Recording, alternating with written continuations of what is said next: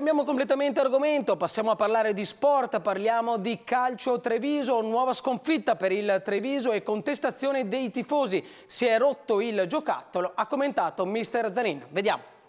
Sconfitta in casa contro il Renate e acceso dopo partita tra società, giornalisti e tifosi. Si chiude così la domenica più difficile per il calcio biancoceleste. Partono meglio gli ospiti con cross di Battaglino sul secondo palo, salva sulla linea di Girolamo. 5 minuti dopo, cross sbagliato di Gualdi che finisce sulla traversa. L'offensiva di biancocelesti parte sempre dai piedi di Torromino. Prima lancia perna ma è fuori gioco. Al 29esimo ci prova da lontano ma il portiere manda in angolo. Al 39esimo ci prova ancora da lontano ma la palla finisce fuori. Ancora il bomber biancoceleste su punizione ma la palla finisce a lato.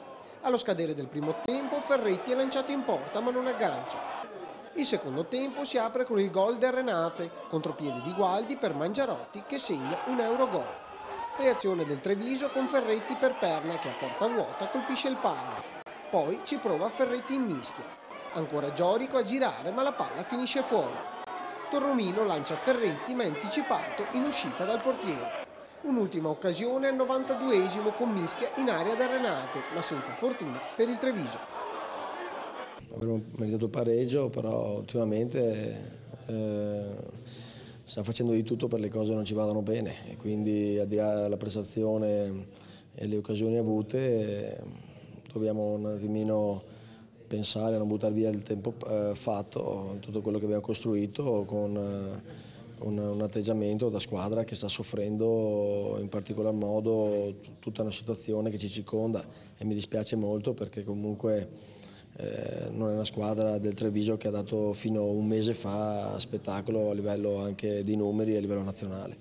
E parliamo ancora di calcio Treviso perché dopo la gara c'è stato un accesso in conferenza stampa con la richiesta del segretario Casagrande di una tregua con la stampa di un mese e l'ira dei tifosi che chiedono correttezza. Sentiamo. Non ce la faccio più personalmente. Stiamo andando oltre le righe, stiamo distruggendo una società. E voi mi direte, ma la società no, ognuno di noi deve fare il suo.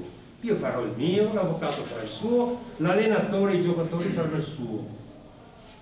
Gli allenatori e i giocatori parleranno di calcio, tecnica e quant'altro. Le cose societarie sarà l'avvocato Casonato. Basta. Compito.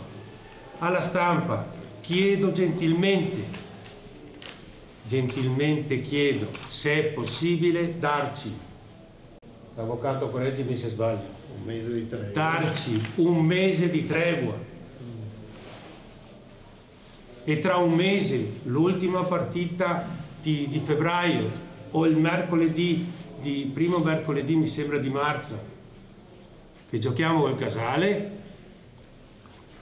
ci rivediamo qua e a quel punto facciamo la situazione. Corvezzo se ne deve andare, Corvezzo resta, c'è un imprenditore, c'è l'altro imprenditore.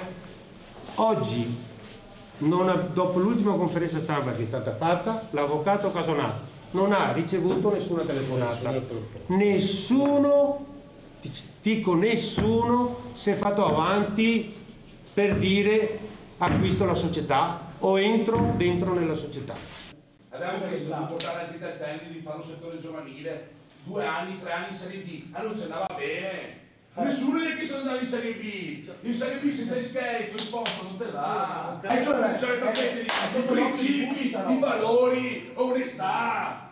Questo noi vogliamo. Questo vogliamo. È tanto che devono mettere onestà, trasparenza.